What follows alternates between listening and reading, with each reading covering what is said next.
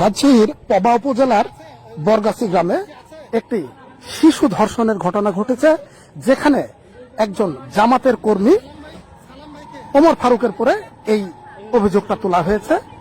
আমি সংগঠনে ঢুকছি, আমি 8 বছর ঢুকেছি। কোন সংগঠনে ঢুকেছেন?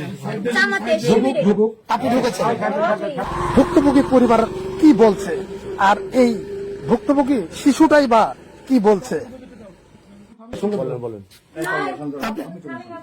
আপনি বলেন, আপনি কথা বলেন। না, জামাতের যে বিচার হবে, উনি হলো নাবালক, ওর কোনো ইয়ে আছে?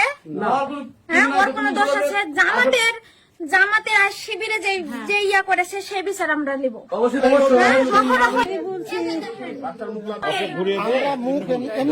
এমনিতে সমস্যা নেই।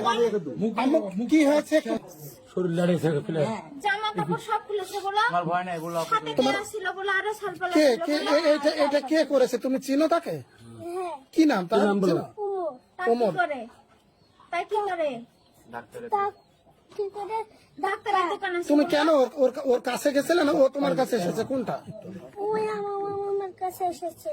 ওই কাছে এসেছে। তুমি কি তার কাছে কিন্তু প্রাইভেট পড়ো এরকম কিছু? আর বউয়ের কাছে প্রাইভেট।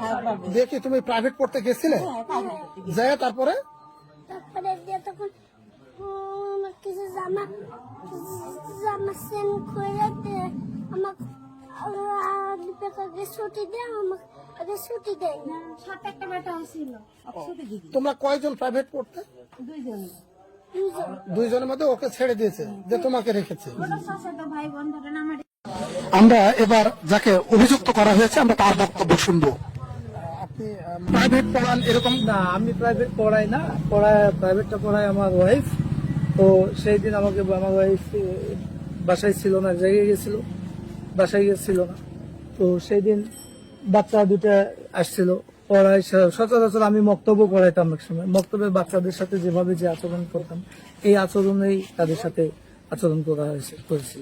আচ্ছা, ইতিমধ্যে একটি বাচ্চা আপনার পরে অভিযোগ তুলেছে, আপনি তাকে বিভিন্ন ভাবে তাকে স্পর্শকাতর জায়গায় হাত দেওয়া বা তাকে সেক্সুয়াল হ্যারাসমেন্ট করা, এই ধরনের একটা অভিযোগ তুলছে যে আপনি তাকে এই ধরনের।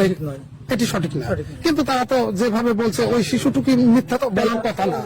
সঠিক নয় এই কারণে যে তার বয়সে আমারও মেয়ে আছে।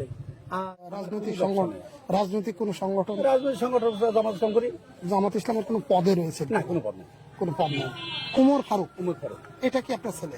এটা আমার ছেলে। আচ্ছা, আমরা অলরেডি জেনেছি যে এখানে একটি মানে অপ্রীতিকর ঘটনা ঘটেছে, যেটাকে এরপর পুরো ঘটনাটি থানা পুলিশকে অবগত করলে কিছুক্ষণের মধ্যে থানা পুলিশ উপস্থিত হয় ঘটনাস্থলে।